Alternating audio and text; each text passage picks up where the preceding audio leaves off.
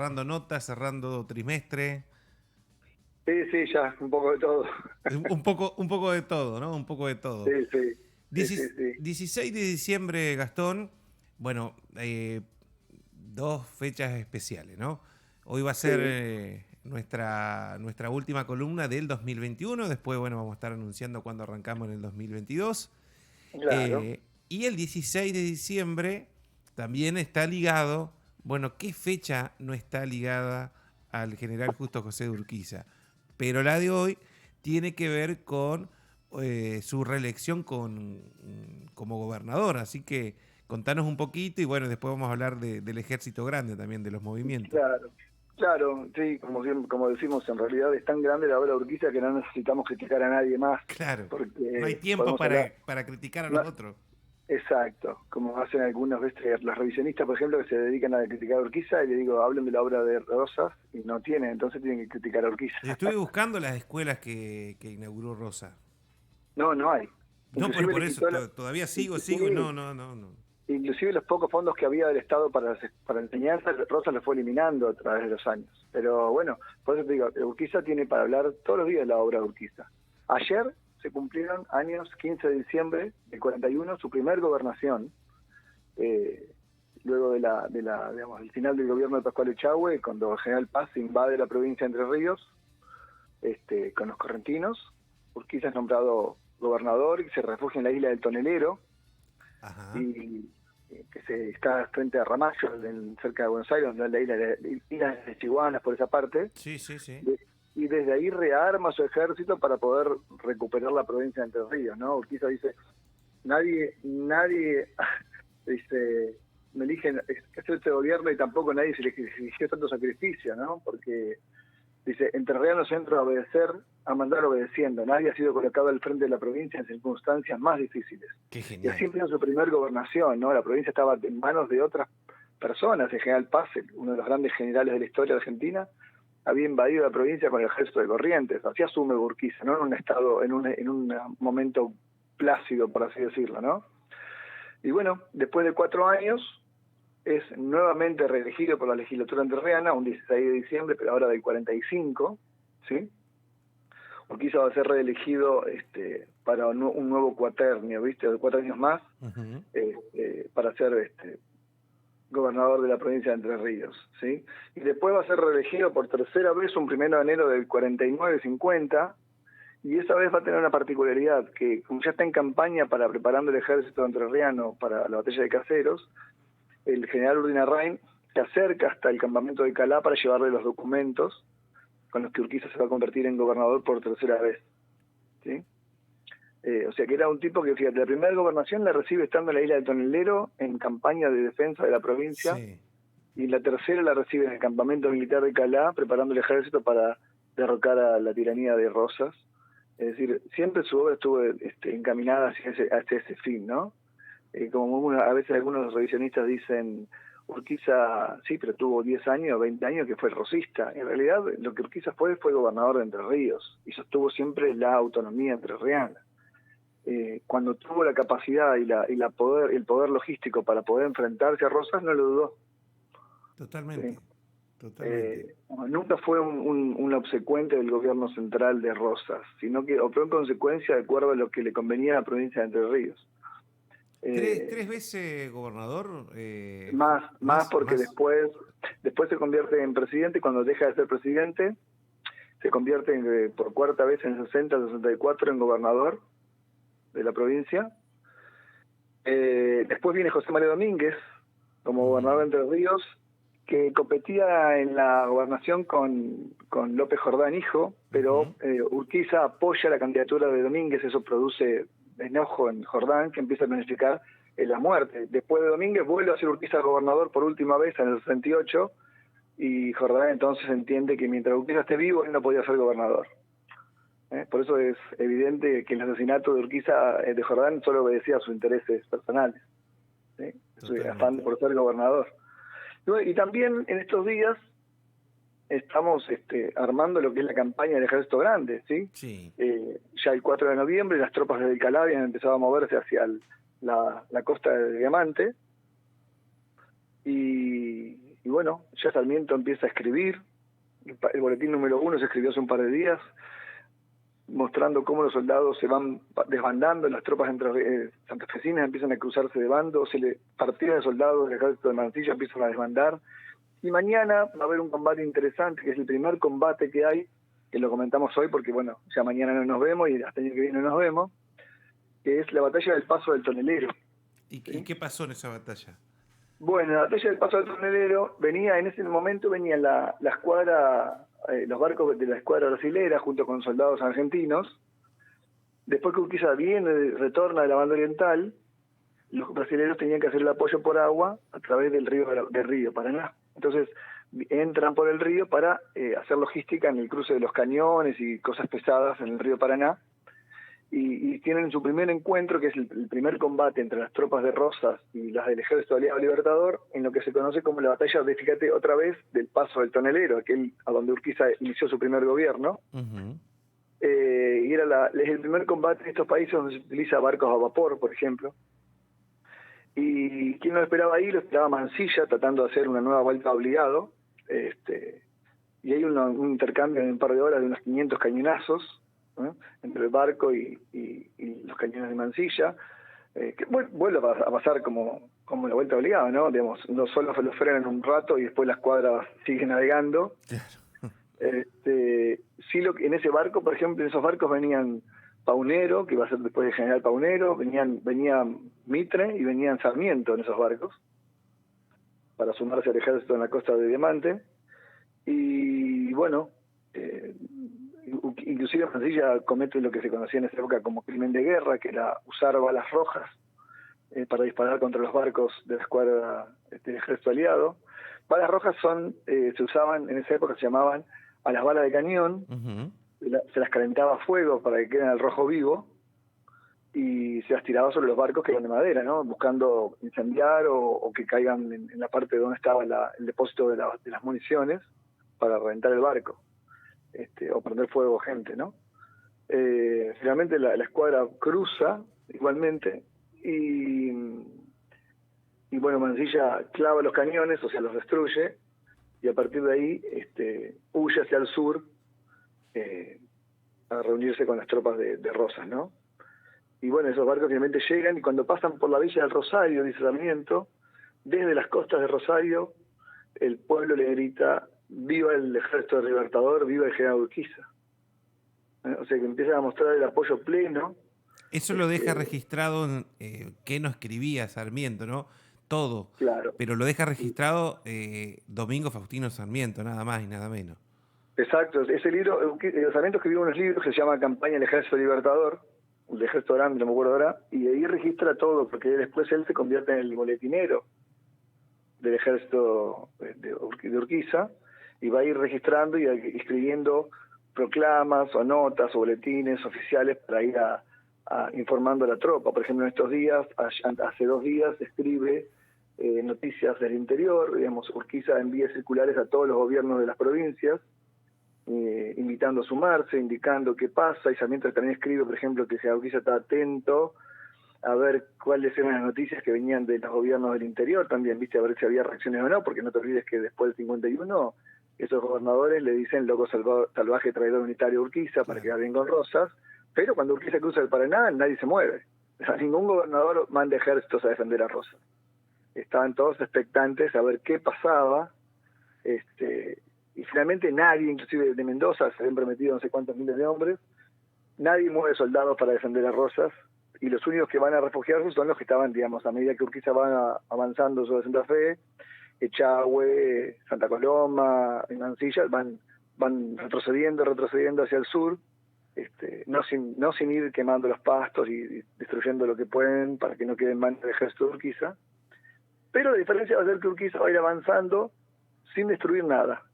Inclusive dentro de las proclamas y los boletines que Sarmiento va a escribir por orden de Urquiza, es que se prohíbe la destrucción de la propiedad privada, incluso de los campos de Mansilla o de Echagüe, uh-huh, bajo pena de apercibimiento. Inclusive le ordena a sus hombres, a sus capitanes, que sus soldados ellos van a responder responsablemente por la actuación de los soldados si llegan a hacer ese tipo de atropellos a la propiedad privada. cosa que es inédita para la historia argentina hasta ese momento, Y porque, en esa época más todavía, ¿no? claro, los ejércitos avanzaban y iban comiendo lo que encontraban. Sí, sí. En este caso, Urquiza, no te olvides que llevaba todo el ganado en pie para poder ir alimentándose eh, con la faena propia, digamos, no tocar nunca la propiedad de los vencidos, inclusive, ¿no? Se le prohibía a los soldados, por ejemplo, tener cuidado si había campos con trigo, no atravesar por ahí, no romper el trigo, Claro. ¿viste? Eh, y a veces muchos te dicen, A sí, ver, pero usted... ahí te detengo un poquito. Sí, Esto también deja en claro, ¿no? Lo que Urquiza veía como construcción nacional. A ver, yo te rompo el trigo y si yo estoy pensando en una construcción nacional, no solamente perdés vos, sino que pierde esa nación que quiero conformar, porque siempre cuando hay una entrada que te genera de exportar, no sé si en esa época ya exportaban, o todo lo que vos necesitabas del trigo para producir en tu propia tierra, te perjudicaba vos mismo, te pegabas un tiro en el pie solo. exacto. Aparte, Urquiza le estaba demostrando a la gente, cuando iba entrando a Santa Fe, Buenos Aires, estaba demostrando que ellos venían a construir, no a destruir. Claro, Era claro. una forma de demostrar fehacientemente eso, si no era cambiar un tirano por otro, no, muchachos, venimos a construir una república, no a tomar el lugar del tirano, nada más. Inclusive muchas veces los revisionistas te dicen, sí, pero quizá, ¿quién financió la guerra de Brasil? Brasil puso plata, y sí, puso mucho plata porque Urquiza necesitaba para la campaña, pero y Urquiza que dice, se va a responder cuando formemos una república, va a quedar una deuda para devolver la plata a Brasil, lo que les prestó para la campaña, que es lógico, pero si no funcionaba, si fracasaba, Urquiza respondía con sus bienes personales. Claro. O sea, el tipo que ya era millonario para la época, se No es, estaba arriesgando todo, no es que el todo por el dejaba todo. endeudada la provincia o generaba deuda externa para el país. No, si fracasaba la campaña, él respondía con sus bienes personales. ¿Sí? Y si se formaba la República, obviamente el acuerdo decía, bueno, la República va a ir devolviendo la plata que nos prestaron para poder formar la República. Ese era el Ujú. objetivo. Pasa que, digamos, depende de qué lado se lo mire, ¿viste? Siempre se cuentan las cosas, pero son detalles objetivos, no subjetivos en este caso, lo que te Totalmente. estoy diciendo. Así que bueno, estos días, y a pesar de que no les vamos a hablar más, si la gente quiere seguir, por ejemplo, en la página, pues yo pongo cada día los partes de la campaña de cómo va avanzando el ejército hacia Caseros. Cuando habla de la página, el profesor Gastón Buet está hablando de la página Campamento Calá, de la cual nosotros utilizamos material y estos días que no va a estar Gastón en su columna, nosotros vamos a ir compartiendo desde la página de Radio Municipal copia textual, cita textual de lo que vaya subiendo, así nuestros oyentes, seguidores del profesor Gastón Buet tienen la posibilidad de seguir con esto de nuestra querida historia argentina y bueno, siempre basándonos desde el general Urquiza. Hablando del campamento Calá, no quiero dejar de preguntarte lo siguiente. El día 10 de diciembre se suspendió el recorrido nocturno. Decía el cartelito hasta nuevo aviso. Ya está definido qué fecha va a ser, cómo va a seguir también la agenda ahí en el campamento Calá para poder hacer las visitas. Sí, se suspendió porque, digamos, como yo siempre he contado, la asociación es una asociación sin fines de lucro y que la gente lo hacemos todo por amor a la historia y al lugar. Y bueno, por razones particulares de varios miembros de la comisión, tuvimos que suspender en ese sentido. Ujú. Y bueno, y lo pusimos así porque seguramente tenemos ganas de hacer alguna en enero y otra en febrero. Uh-huh. Un poco menos, con menos obligaciones encima. Sí, totalmente. Se nos vinieron muchas cosas encima de los trabajos nuestros y bueno, no pudimos terminarla de armar como hubiéramos querido, entonces preferimos pasarla para más adelante, ¿viste? Pero sí, en enero y febrero. Estamos hablando de visitas guiadas, que son gratuitas, que tienen una puesta en escena y una escenografía que te hacen sentir o hacen vivir como si estuvieras en esos años. Es una gran puesta en escena que hacen los amigos del Campamento Calá. Sí, la idea es justamente recrear un poco y jugar un poco a estar en esa época, ¿no? con un ejército de reserva que recibe a la gente y les cuenta un poco la historia del ejército grande y de lo que está haciendo Laura Urquiza, y después hay un fogón, hay comida, inclusive este año sumamos unos muchachos que empezaron a crear una cerveza que se llama Arroyo Calá, así que ¡Qué grande! es interesante, sí. Nosotros no tenemos nada que ver, pero la hemos probado, nos gustó. ¿Y de Y dónde bueno, son los chicos? son de chicos de Basto y de Tala, Mirá, que bien. han tenido ganas de... Sí, me gustó. Eso significa que estamos llegando a la gente y es interesante, ¿viste? Inclusive hay varias personas, por ejemplo, últimamente que han ido a hacer books de fotos Ujú. de sus personales, que el lugar es gratuito, el que quiera ir puede ir a hacerse fotos en el lugar, y son la verdad que fotos postales espectaculares que ya vamos a ir subiendo al grupo. Y bueno, eso es señal de que el lugar está siendo conocido y que lo celebramos, ¿no? Fui a los bosques porque quería vivir deliberadamente, enfrentar solo los hechos esenciales de la vida y ver si podía aprender lo que ella tenía que enseñar. Quise vivir profundamente y desechar todo aquello que no fuera vida, para no darme cuenta en el momento de morir, de que no había vivido. Esto decía Rocamora, ¿no? Y seguramente se ha inspirado en esa zona tan especial del campamento Calá. Sí, bueno, el lugar es mágico. Vos sabés que ese monte, yo no sé, debe ser por la cantidad de gente que vivió en esos lugares, quién sabe, si los árboles hablaran, la cantidad de historias de personas, de hombres, sufrimientos, alegrías, mujeres, chicos, ¿no? Pensé que había 30.000 personas, una ciudad en esos montes. Sí. Y entonces en el aire se siente, se percibe, si uno va con atención y sin mucho ruido y con los sentidos atentos, puede percibir cuando uno camina por el monte esas vibraciones, esa energía, que hay una energía especial en el lugar. Totalmente. Y la verdad es que siempre invitamos a la gente a que lo pueda conocer. Es así, Gastón. Bueno, Gastón, eh, primero agradecimiento por compartir tu pasión, pero a esa pasión le agregás la parte profesional, del cual sos un profesional en historia, un investigador, un apasionado también, como decía. Compartirlo, porque es compartir semana tras semana, son columnas que vas preparando y se comparten para los oyentes, para todos los oyentes, estén o no estén de acuerdo con la línea o con la mirada histórica documentada. Siempre todas las columnas han tenido ese detalle de estar documentado, o sea, todo lo que decís está registrado. Y bueno, compartir esto es muy grato. Nos tomaremos un breve descanso. Seguramente nos encontraremos. Quedó pendiente una visita ya más directa. Fuimos y acompañamos. Cuando digo fuimos con Juan Diego, con el intendente.